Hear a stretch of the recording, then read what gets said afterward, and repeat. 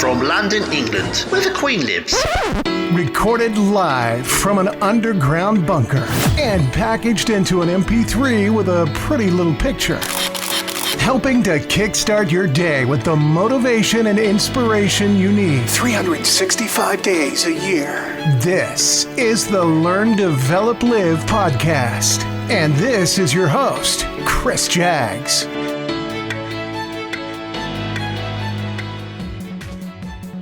Good morning. Welcome to the Learn, Develop, Live podcast. My name is Chris Jaggs and I'm your host for yet another LDO adventure. How are you doing today? What's new in life?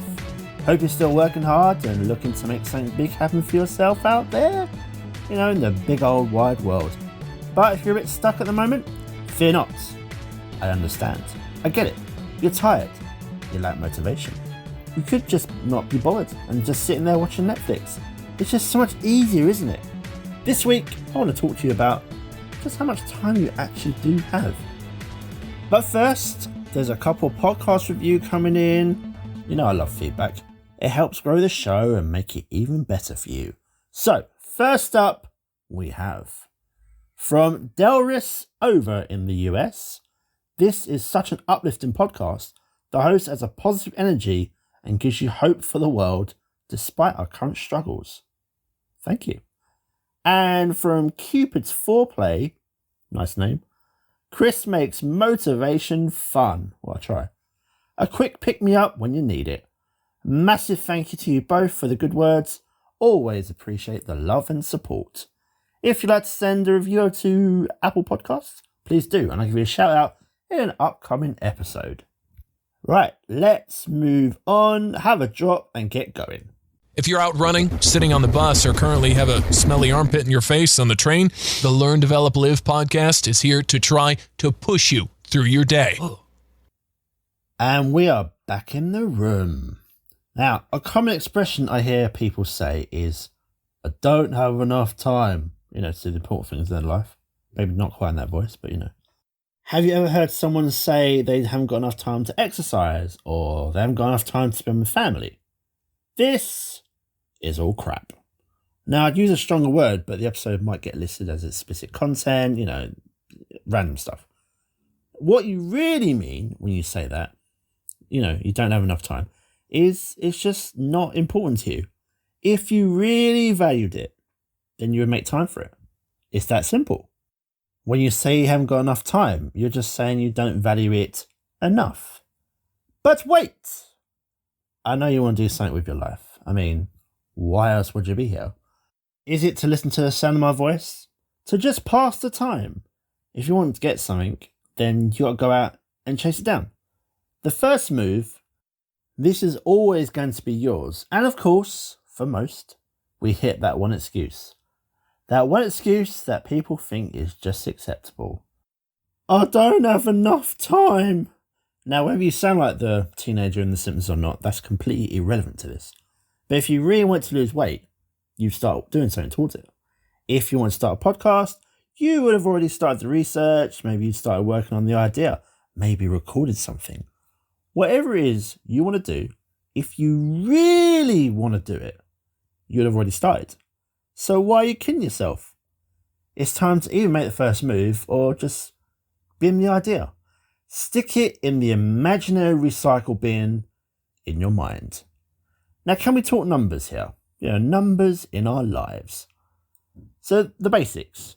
We all have, you, me, Dave, whoever, whatever, the cat down the road, I don't know. We all have exactly the same amount of time.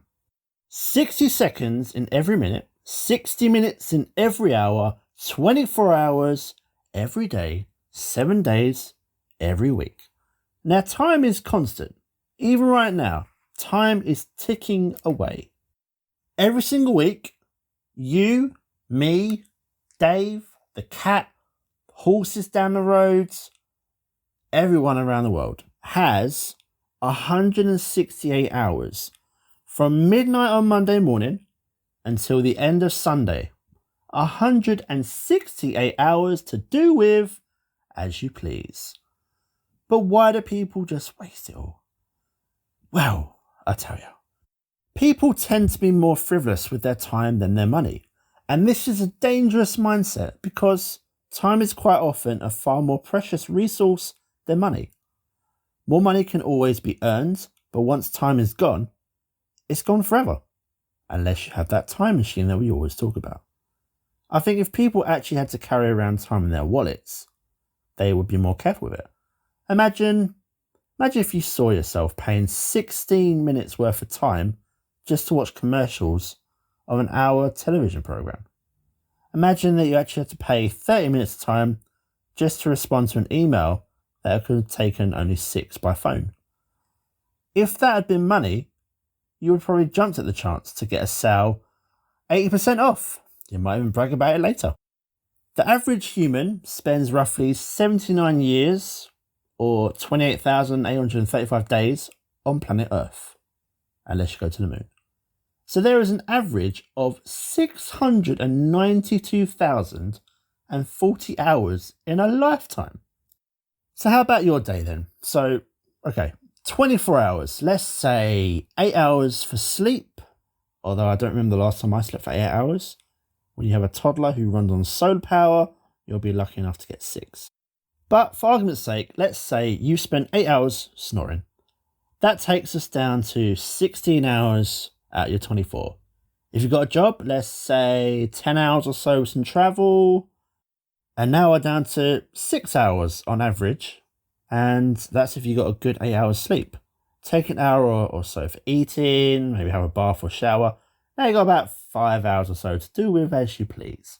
Cleaning and stuff like that, you can include that in there as well. Now, what if you spent one of those hours working out? An hour or two on your project, whatever that is. Read a book, going for a walk. The possibilities are endless. It's endless to how you spend this time. You might even have less time if you work a 12-hour shift. Maybe you have even more time if you work part-time. So what are you going to do with that time instead of just wasting it watching TV every night or playing the Xbox, PS4? Good question, eh? The term short-term pain for long-term gain is widely used, sacrificing the leisure time you have to build something amazing and give yourself more freedom, whether it be financial or actually more time. These things can be done, but only if you want them. If you know you've got something that you should be doing right now, focusing your energy on, first of all, congrats. You are further ahead than most, but now it's time to get that thing moving. For everyone else, maybe you just want to spend that time in a better, more beneficial way for you. You can start by slowing down. Life is fast-paced. We spend a day rushing from one place to the next. But just how much do we miss? Imagine you're driving through a beautiful forest, stereos blaring, talking to your friend next to you. Before you know it, whoosh, you pass right through the forest. And it's like you weren't even there. Now imagine that instead of driving that noisy car, you're walking through the same forest. The forest is ever changing throughout the whole year. Look at what you're missing. Colours. Your walk is 10 times more meaningful because you slowed down. You are able to notice the sights, the sounds, the smells around you. And what you were doing became so much more. Slowing down brings meaning to how you spend your time. Whether you're walking through a forest, spending time with people, playing an instrument, or even just working on a report at work, slowing down makes it so much better. How about putting some structure to your free time? It's been widely researched that on a Sunday, around midday, the world becomes a sadder place. Not only does the world become less productive, but according to the research, people are starting to think about work the next day. The dreaded Monday. Lightning and thunder and all that. Structuring your time, even your free time, is proven to make you feel more motivated, focused, and ultimately happier because it gives you a direction and a purpose. You will feel more productive and happier. You need to know how little time you have and live it every day. Now, without sounding dramatic, you just don't know how much time you do actually have left. We had that breakdown earlier of how you can spend your 24 hours, but Once you subtract all the commitments from that, you're not really left with a lot, are you? When you constantly remind yourself how little time you have, you light a little fire under yourself to try and make the most of your time. You start to say no to commitments that don't mean much to you. You bring more energy and drive to your work. You become more defensive of your free time and make the most of it for you. Knowing just how little time you have will put time into a much better use for you. You might like to focus on the high leverage activities.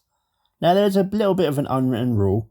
It's the 80-20 rule, which says that 80% of your results come from 20% of your efforts. If you look at the 80-20 rule a different way, every action you take is either high or low leverage. The higher leverage an activity is, the more you'll get out of it in a small amount of effort. Some people, unfortunately, invest their time into the low leverage activities, which they get absolutely nothing out of. Take watching TV, for example. If you watch 3 hours of TV a day, the average is probably around 4, and you live until you're 80, you've spent 10 years of your life watching TV.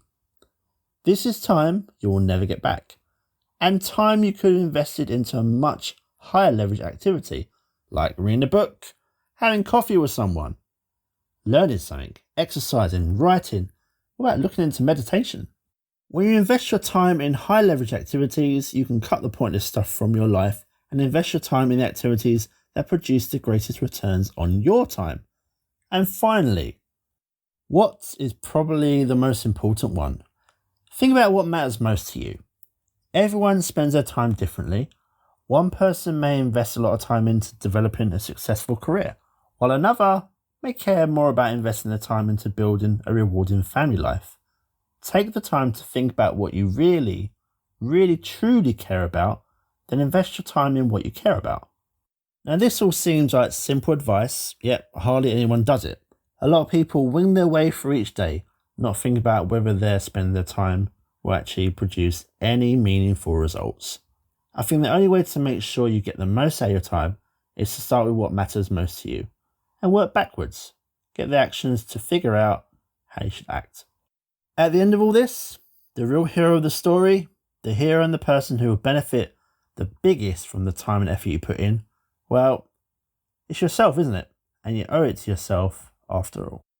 Now, none of us have any direct experience of being out of time. We have never had a moment in life when we've literally stopped receiving time, but how will you feel when you do come to the end? What is really dangerous about this? Well, we're all going to come to that time where time's about to run out. And when we do run out of time, we better hope that it was well spent, because unlike money, you'll just never be able to make it again. And this is why we need to do what is important. Not tomorrow, not in a few weeks, but now. Because most of us never know when the river of time will stop flowing. And when it does, chances are you won't regret not watching that television show. Now, let's wrap this episode up. I hope it was of some sort of help and give you some sort of ideas into how you can spend your time and make good use of it. Oh, and if you ever catch yourself saying you don't have enough time, change it to that isn't important enough. If you can say that honestly, then you don't need any more time. If you would like to talk some more about this, or would like me to try and help you guide yourself for the right path to better use your time, you know where the calendar is. Book your slot, ldlcall.com, and I'll see you in the next one. But hang on, my last question. So how much time do you actually have? Goodbye. What? It's over already? All over. Thank you for listening to the Learn, Develop, Live podcast. I hope you feel as warm, motivated, and fuzzy inside as I do. You can connect with Chris at LearnDevelopLive.com or on Facebook, Instagram, or Twitter. I won't say goodbye. I'll just say until we meet again. Until next time, join the motivation. Motivation.